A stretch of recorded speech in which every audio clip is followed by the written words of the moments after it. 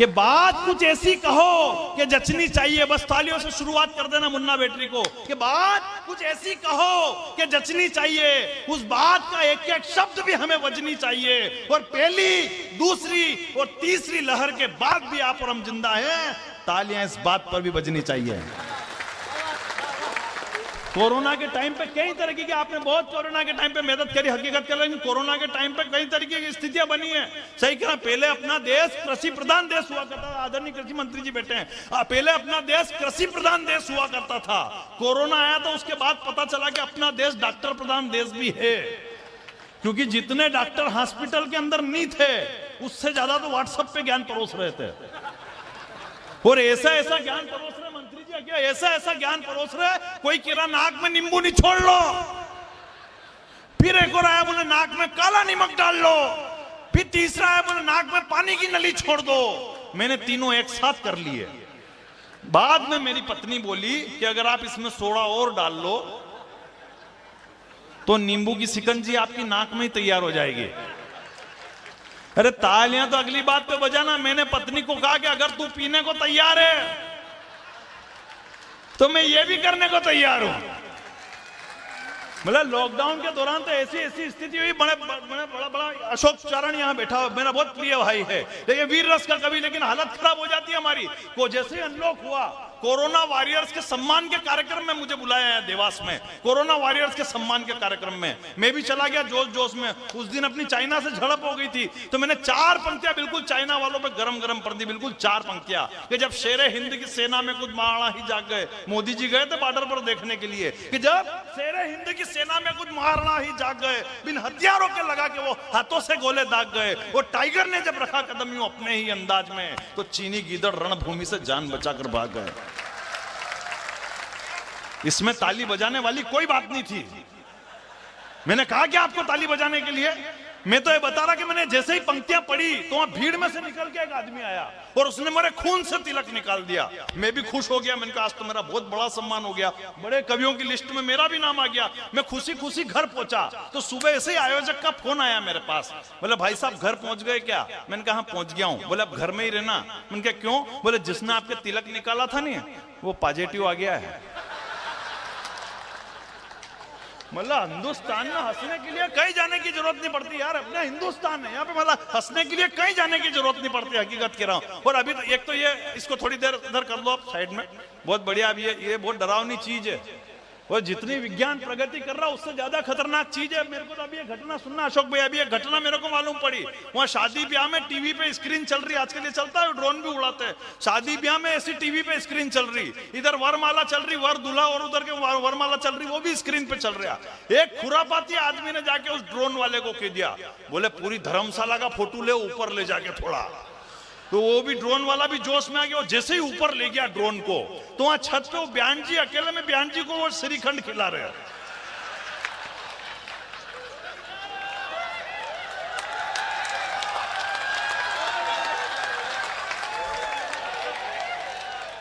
मतलब आदमी, मतलब ये कभी कभी विज्ञान उसे तुरंत नीचे करा। दूल्हा वहां से बोला, बोले नीचे कर। तो दुल्हन बोली क्या नीचे करे? बोले तेरे पिताजी मेरी मां को श्रीखंड खिला रहे हैं।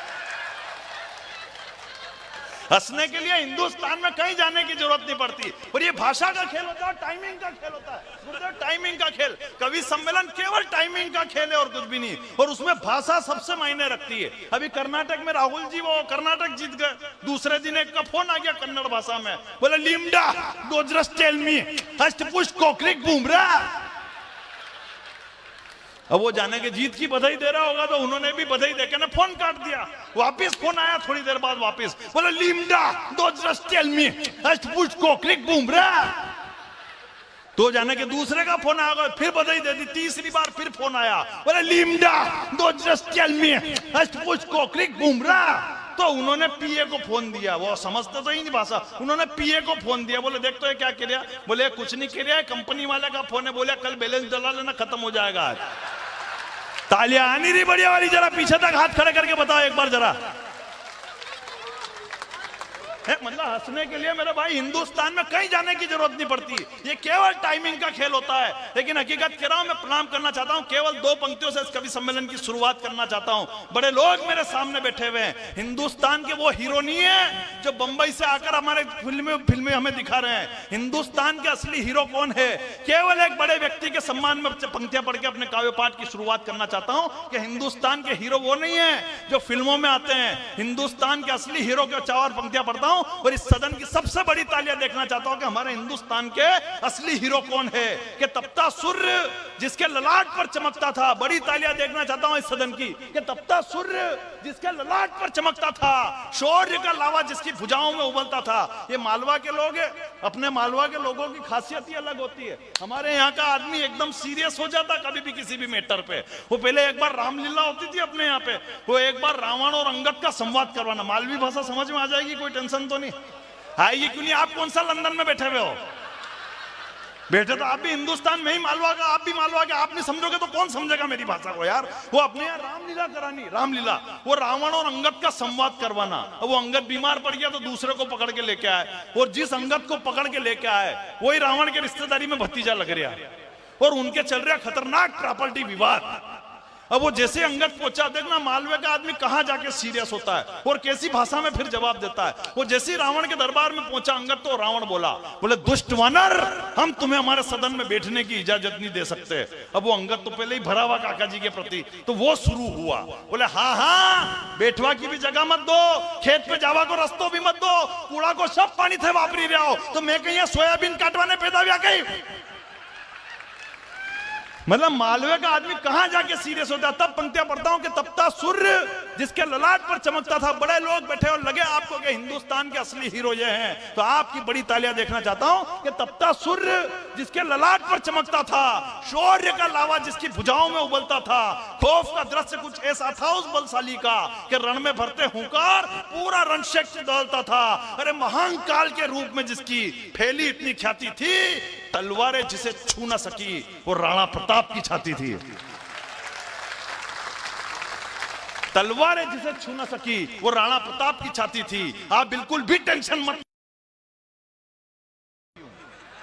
ये तो मैं बीच बीच में ऐसा करता रहूंगा क्योंकि हमारे भिलवाड़ा के एक बड़े कवि राजेंद्र गोपाल जी व्यास, उन्होंने कहा है कि जिस तार के अंदर करंट नहीं होता है उस पर लोग चड्डी बनी।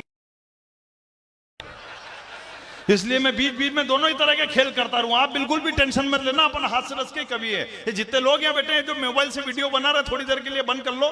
क्या मतलब है? यहाँ से ले जाके अपनी गर्लफ्रेंड को बताओगे और उसकी फ्रेंड रिक्वेस्ट फिर मेरे पास आ जाएगी, तुम जबरदस्ती में न्यूट्रल हो जाओगे। मतलब क्या है रे अपने को यार?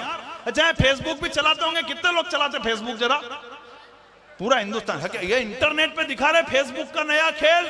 थोबड़ा भी अभी मदर्स डे निकला थोड़े दिन पहले। मालूम है मदर्स डे क्या होता है अपने यहाँ पे हिंदुस्तान में? जिस दिन माँ का ऊपर पूरा दिन मनाया जाता है, अपने यहाँ मदर्स डे होता है। और हिंदुस्तान में ऐसे ऐसे लोग मदर्स डे मनाते हैं जिसकी खुद की माँ घर में बीमार पड़ी हुई है। फेसबुक पे मैंने भी जोश जोश में फेसबुक पे पोस्ट डाल दी माँ के लिए, तो मेरी पत्नी का मैसेज आया, बोले आज तो बहुत प्रेम उमड़ रहा माँ के प्रति। मैंने कहा कौन टेंशन मोन ले, मैंने तुरंत उसको एडिट कर दिया। मैंने कहा ये पोस्ट मेरी बच्चों की माँ के लिए है। तालियां अगली बात पे बजाना। उसी के नीचे मेरी खुद की माँ का कमेंट्स आया, बोले कमीने घर पे आ फिर बताती हूँ तेरे को। क्योंकि मंत्री जी बैठे हैं, मैं बताना चाहता हूं हमारे जमाने में मदर्स डे ऐसे थोड़ी मनता था क्या? हमारे जमाने के बड़े लोग यहाँ बैठे हैं, बड़े बुजुर्ग, अपने जमाने में मदर्स डे ऐसे नहीं मनता था। अपन जब छोटे थे हमारा मदर्स डे ऐसे नहीं मनता था। अपना मदर्स डे कैसे मनता था? अपने से जरा सी भी गलती हुई और फिर जो अपन माँ के हत्थे चढ़ते हैं, तो जो आधे आधे घंटे तक अपना मदर्स डे मनता, झापट पड़ दिन दे लाल घूसे ने बिल्कुल आधे घंटे में लाल चट्ट हो जाते थे। फिर जो अपन कांच में शकल देखते थे, फिर अपने को लगता था कि आज अपना मदर्स डे मना है। लेकिन तालियां अगली बात पे बजाना बड़ी वाली। इतनी मार खाने के बाद भी अपन चुप रहते थे। क्यों चुप रहते थे? क्योंकि शाम को घर पे फादर आते थे और अपन बिल्कुल भी नहीं चाहते कि एक ही दिन में दो दो त्योहार मने। हिंदुस्तानी आदमी है ना, हंसने के लिए हिंदुस्तान में कहीं जाने की जरूरत नहीं पड़ती है। फेसबुक का खोल होता है। तब पंक्तियां पढ़ता हूं कि इंटरनेट पे दिखा रहे फेसबुक का नया खेल। थोबड़ा भी उसका लाइक करना जिसकी खोपड़ी में खोपरे का नहीं तेल। सब एक दूसरे की वाल पे फोकट चक्कर खा रहे और छोरे छोरियों के नाम से प्रोफाइल बना के छोरों को उल्लू बना रहे। छोरे छोरियों के नाम से प्रोफाइल बना के छोरों को उल्लू बना रहे। ये फेसबुक का खेल है निराला। जिस छोरी को मैंने रिक्वेस्ट भेजी वो निकला मेरा साला। एक छोरा एक छोरी के हर बात में राजी है, पर छोरे को पता ही नहीं कि उसी के पिताजी है। 12 बजे उठने वाले सुबह 5 बजे उठ के गुड मॉर्निंग का स्टेटस चिपका रहे। 12 बजे उठने वाले सुबह 5 बजे उठ के गुड मॉर्निंग का स्टेटस चिपका रहे। और जिसको मोहल्ले में कोई नहीं पूछता वो भी फेसबुक पे हजार हजार दोस्त बना रहे। जिसको मोहल्ले में कोई नहीं पूछता वो भी फेसबुक पे हजार हजार दोस्त बना रहे। और काश ये फेसबुक की सुविधा द्वापर युग में भी होती। आखिरी पंक्ति पर बड़े लोगों की बड़ी तालियां देखना चाहता हूं कि काश ये फेसबुक की सुविधा द्वापर युग में भी होती तो भगवान श्री कृष्ण को ढूंढने में गरीब सुदामा को इतनी तकलीफ नहीं होती। तब पंक्तियां पढ़ता हूं कि मेरी खामोशी को मेरी कमजोरी मत समझना, मैं आंखों से काजल समेट जाता हूं। आदरणीय मंत्री जी ने कई योजनाएं बताई। कभी कभी हम भी योजनाओं में उलझ जाते हैं। मंत्री जी बताना चाहता हूं आपको, कभी कभी हम भी योजनाओं में उलझ जाते हैं। अपने मध्य प्रदेश में वो योजना आई थी अभी काम के बदले अनाज। मंत्री जी अभी मध्य प्रदेश में अपने योजना आई थी। कभी कभी ऐसी योजनाएं आती हम कभी तो उलझ ही जाते हैं उनमें। कभी कभी हमारे मध्य प्रदेश में योजना आई थी काम के बदले अनाज। मेरे को भी कार्यालय बीजेपी कार्यालय से फोन आ गया मंदसौर में। बोले मुन्ना भाई मंदसौर में ही हो क्या? मैंने कहा मंदसौर में ही हूँ। बोले यार वो योजना ही अपने यहाँ पे काम के बदले अनाज। तो मंत्री जी निकल चुके हैं भोपाल से, वो जब तक नहीं आए तब तक आप थोड़ी देर पब्लिक का मनोरंजन कर देना, जो होगा आपका देख लेंगे। मैं ही चला गया जोश जोश में, एक दोस्त को और साथ में ले गया। 1 घंटा मैंने पसीना बहाया, आधा घंटा उसने पसीना बहाया। बाद में मंत्री जी आए, योजना समझाई, काम के बदले अनाज, और वापस चले गए भोपाल। फिर बाद में मैंने पार्टी कार्यालय से बोला, मन के अब हमारा भी हिसाब कर दो। तो 1.5 किलो गेहूं मेरे को और 250 ग्राम चावल साथ वाले को।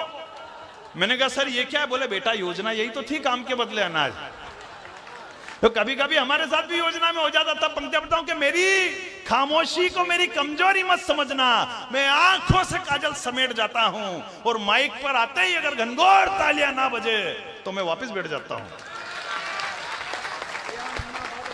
कि इन चेहरों की मुस्कुराहट को मैं लार्ज कर सकता हूं। ठंडे ठंडे इन दिसंबर को अप्रैल मार्च कर सकता हूं। मेरी हर बात पर जो आपकी खुशी छलकती रहे, मैं अभी के अभी आपकी बैटरी चार्ज कर सकता हूं। और नहीं कर सका तो भी आप मेरा कुछ नहीं बिगाड़ सकते, क्योंकि मैं मंदसौर से आया हूं। मंदसौर का नाम मंदोदरी के नाम से पड़ा है। मंदोदरी रावण की बीबी थी और रावण मेरे फूफा जी लगते हैं। हालांकि मुझे इस बात का कोई घमंड नहीं है, क्योंकि रावण प्रकांड विद्वान, राजनीतिज्ञ, महाप्रतापी, महापराक्रमी, महाबलशाली, महाज्ञानी, महापंडित और विश्व विजेता था। उसमें लाख बुराई थी, लेकिन उसने कभी भी अपने बेटे मंत्री संतरी कुल गुरु और यहां तक कि लंका की प्रजा से एक बार भी ये नहीं कहा कि चैनल को सब्सक्राइब करके बेल आइकन बजा दीजिए। अनुभव अपनी जगह है, कॉन्फिडेंस अपनी जगह है। और मैं तो जहां से आया हूं, हमारे यहाँ के लोगों का तो कॉन्फिडेंस ही बड़ा तगड़ा है। मेरे यहाँ तो लोग छत पे छतरी सेट करने चढ़ते हैं और पड़ोसन सेट करके नीचे उतर जाते हैं। कॉन्फिडेंस होना। और कवि सम्मेलन के मामले में मेरा भी कॉन्फिडेंस कोई कम नहीं है। मेरे कवि सम्मेलन में कोई ताली बजाए नहीं बजाए, मुन्ना बैटरी को कोई फर्क नहीं पड़ता। कोई सुने उठ के चला जाए, मुन्ना बैटरी को कोई फर्क नहीं पड़ता। मेरे कॉन्फिडेंस का लेवल बड़ा तगड़ा है। मेरी तो शादी चल रही थी, 2 फेरे हुए और दुल्हन उठ के चली गई। बंदे का कॉन्फिडेंस देखो, पूरे 7 फेरे किए मैंने पंडित के साथ। कॉन्फिडेंस होना चाहिए कि। और आज भी मंत्री जी बेटे बताना चाहता हूं, आज भी कॉन्फिडेंस के मामले में मेरा नंबर, पूरे देश में कॉन्फिडेंस के मामले में मेरा नंबर दूसरे नंबर पे आता है, क्योंकि पहले नंबर पे अमित शाह वैसे ही बैठे हुए हैं। सही कह रहा हूं, वो जमी दिखा के आसमान जीत लेते हैं। बात अगर पहुंच जाए तो बड़ी तालियां बजा देना कि वो जमी दिखा के आसमान जीत लेते हैं, वो तारे दिखा के चांद जीत लेते हैं। और कौन समझ पाया इस देश में आज तक अमित शाह को, वो 2 राज्य देके हिंदुस्तान जीत लेते हैं। और क्या भगवा उड़ाया था केंद्र के चुनाव में। हमारे यहाँ तो डोकरी मर गई थी एक चुनाव के टाइम पे, ऐसे डोकरी मर गई, इधर हंडी जल रही। देखना लहर कितनी खतरनाक थी मोदी जी की, कि वो ऐसे डोकरी मर गई, इधर हंडी जल रही, उधर 5 औरतें छाती पीट के रो रही, अम्मा हमें भी साथ में ले जाती, अम्मा हमें भी साथ में ले जाती। अचानक 2 मिनट के बाद वो डोकरी के हाथ हिलने लग गए, पांव के पंजे भी हिलने लग गए। तो सबसे पहले तो वो औरतें चुप हुई जो कह रही थी कि अम्मा हमें भी साथ में ले चलो। उनने देखा आज मामला रिपीट हो गया, कुछ भी हो सकता है यहाँ पे। बिल्कुल चुप हो गई, कोई पास में जाने को तैयार नहीं। बड़े वाले बेटे ने हिम्मत करी पास में जाने की, वो पास में गया, बोले माता जी आप वापस प्रकट हो गई हो, ये पूरे परिवार के लिए खुशी की बात है, आपका आशीर्वाद हमारे ऊपर बना रहे। तो डोकरी बोली बेटा मैं वापस नहीं आई हूं, मैं तो स्वर्ग के दरवाजे पर चली गई थी, लेकिन एक बात तुझसे कहना रह गई थी, इसलिए मैं वापस पलट के आई हूं। बेटे ने बोला, बोले ऐसी कौन सी बात रह गई थी अम्मा? तो अम्मा ने पलट के वापस उन 5 औरतों की तरफ देखा, 3 तो उसमें से उठ के ही निकल ली। बोले आज ये डोकरी अपने को ही लेने के लिए आई है, आज अपना नाटक महंगा पड़ गया। लेकिन बड़े वाले बेटे ने फोड़ दे के जो डोकरी ने ढंग से जवाब दिया, तालियों का माहौल उस पर बना देना। बड़े वाले बेटे ने फोड़ दे के पूछा, बोले ऐसी कौन सी बात थी जिसको कहने के लिए आप स्वर्ग के दरवाजे से वापस आ गई? बोले केवल एक बात तुझसे कहना रह गई थी। बोले क्या? बोले आएगा तो मोदी।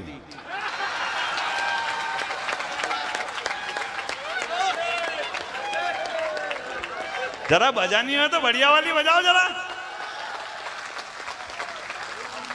मतलब अपने हिंदुस्तान में लहर कितनी खतरनाक। माननीय मंत्री जी, एक पत्रकार ने अमित शाह जी से पूछ लिया, बोले आपने एक 5 अगस्त के दिन राम मंदिर दे दिया, दूसरी 5 अगस्त पे आपने 370 हटा दी, तीसरी 5 अगस्त पे आपका क्या मूड है? अब उस दिन रविवार था, अमित शाह जी भी मस्ती के मूड में बैठे हुए थे। उन्होंने कहा आज इस पत्रकार की ले लेते हैं, आ जाओ। उन्होंने पत्रकार को पास में बुलाया, बोले तेरे को पता करना है कि अगली 5 अगस्त पे मेरा क्या मूड है? बोले हाँ। बोले केवल 4 पंक्तियां सुन, और वो 4 पंक्तियां अगर अमित शाह की आपको लगे कि अगले 5 साल में ये होना चाहिए, तो पीछे तक के लोगों की तालियां देखना चाहता हूं। और अमित शाह जी ने पत्रकार को बुलाया और केवल 4 पंक्तियां कही कि चाहे लाख रख ले तू तीर तेरे कमान में। अगली 5 अगस्त पे उनका मूड बता रहा हूं कि चाहे लाख रख ले तू तीर तेरे कमान में, बस तिरंगा ही लहराएगा तेरे आसमान में। और 400 सांसद तो भाजपा के ही होंगे, आने दे चुनाव आपके पाकिस्तान में। कॉन्फिडेंस वाली बात, मैं कॉन्फिडेंस की बात करता हूं। और जीवन में उद्देश्य पूरा होना चाहिए, मेरा भी उद्देश्य पूरा हुआ है। मैंने जब से 18 की उम्र पाई है, मैंने आज तक कभी ऐसी किसी पार्टी को वोट नहीं दिया जो मेरे देश को नुकसान पहुंचा है। और याद रखना, मुन्ना बेटी ने कभी भी 20 रुपए किलो के लिए 20 रुपए किलो टमाटर के लिए वोट नहीं दिया है। मैंने जब भी दिया है राम मंदिर के लिए वोट दिया, और मेरा वो सपना पूरा हुआ है। और उद्देश्य पूरा होना चाहिए, जीवन में उद्देश्य पूरा होना चाहिए। और ये बात हमने भगवान श्री राम से सीखी है कि तीनों ही लोक में रघुकुल का ऊंचा नाम कर दिया, लिया अवतार जिस देश है वो पूरा काम कर दिया। भगवान श्री राम के तो चरण ही अपने आप में कमाल है। हकीकत कह रहा हूं, चरण ही अपने आप में कमाल है। कौशल्या के आंगन में रखा, प्रजा भक्त हो गई। अहिल्या की शिला पर रखा, श्राप मुक्त हो गई। मिथिला के स्वयंवर में पहुंचे, सीता राम में लीन हो गई। दंडकारण्य वन में पहुंचे, धरती असुरों से विहीन हो गई। निषाद राज की कुटिया में पहुंचे, मित्रता अपार हो गई। केवट की नैया पर बैठे, भवसागर के पार हो गई। सबरी की कुटिया में पहुंचे, असुरों की धारा उमड़ गई। हनुमान की हथेली पर रखा, भक्त की कीर्ति दुनिया में बढ़ गई। सागर के तट पर रखा, रामेश्वरम की नींव गड़ गई। लंका की धरा पर रखा, लंकेश की नींद उड़ गई। और आखिरी लाइन पर आपकी संवेग तालियां उठे कि जो रखा कदम लॉकडाउन में दूरदर्शन पर, तो उस गरीब की टीआरपी बढ़ गई। जो रखा कदम लॉकडाउन में दूरदर्शन पर, तो उस गरीब की टीआरपी बढ़ गई। माननीय मंत्री जी, जब लॉकडाउन के दौरान रामायण आ रही थी, मेरे पड़ोस में एक बुआ जी है, वो मेरे से बोले, भला हुआ इस कोरोना का जो राम जी के दर्शन करा दिए। मैंने कहा ये तो अच्छा रहा बुआ जी, आपको कोरोना हुआ नहीं, वरना यमराज के भी हो सकते थे।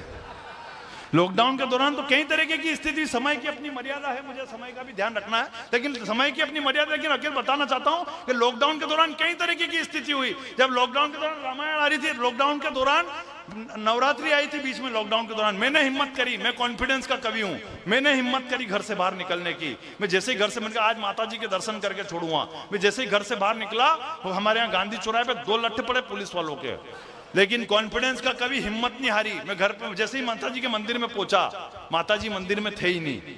बाद में हमारे यहाँ पशुपतिनाथ का मंदिर है, मैंने कहा चलो इनके दर्शन कर लो। भोलेनाथ जी भी मंदिर में नहीं। हमारे यहाँ फिर बस स्टैंड पे बालाजी का मंदिर है, मैंने कहा चलो इनके दर्शन कर लो, वो भी मंदिर में नहीं। आखिर गांधी चौराहे पे फिर 2 लट्ठे पड़े और वापस घर पहुंचा। बाद में जैसे ही अनलॉक हुआ, तो मैं शिकायत लेके माता जी के पास पहुंचा। मैंने कहा माता जी, मैं 2 लट्ठ खा के आपके दर्शन करने आया था और आपने मुझे दर्शन नहीं दिए।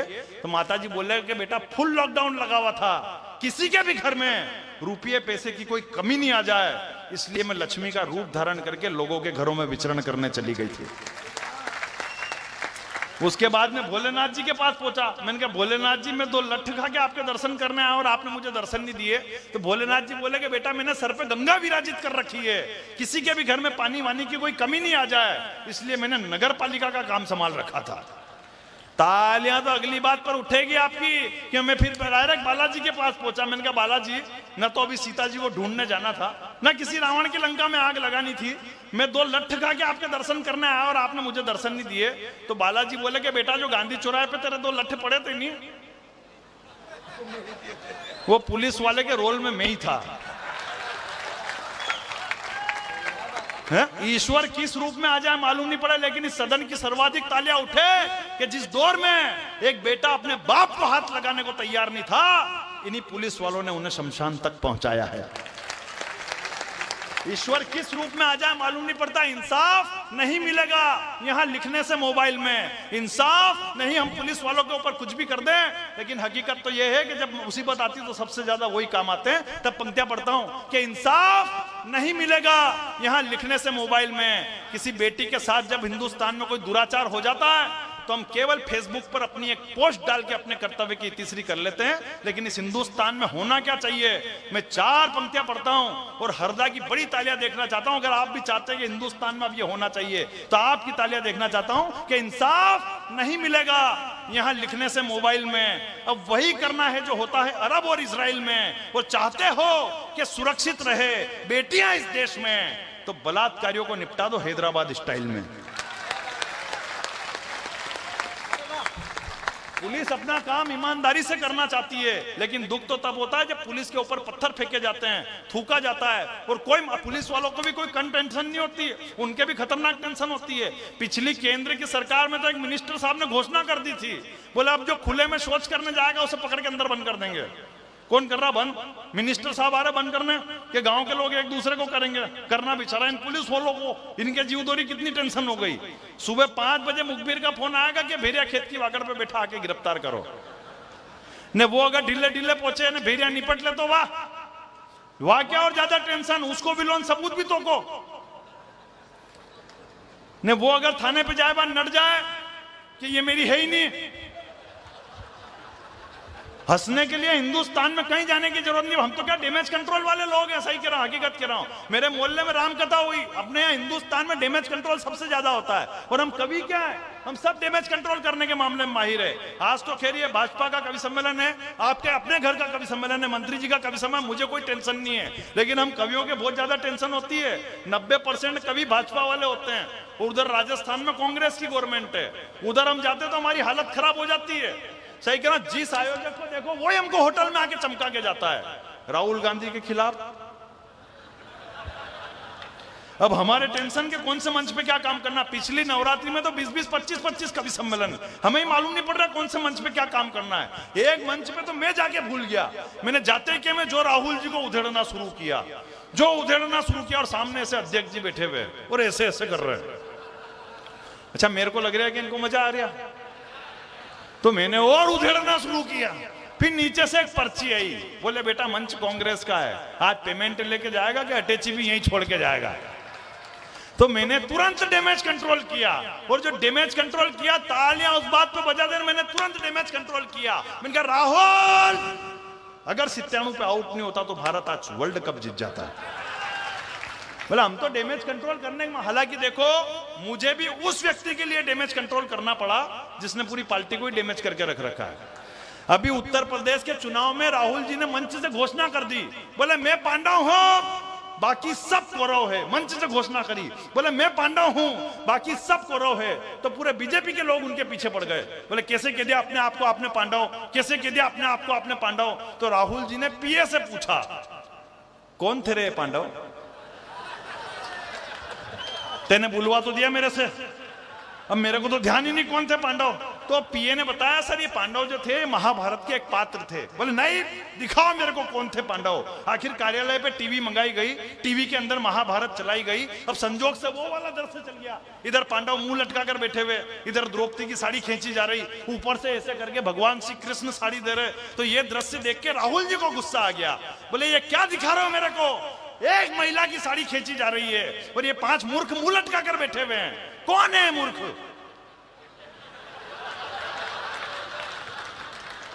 तो पीए ने बताया सर यही पांडव है। तो वो बोले तो वहां तो फिर उधर के आदमी का नाम लेने के लिए बोलता था, बोले सर वो कौरव है, उन्हीं का आदमी तो खींच रहा है।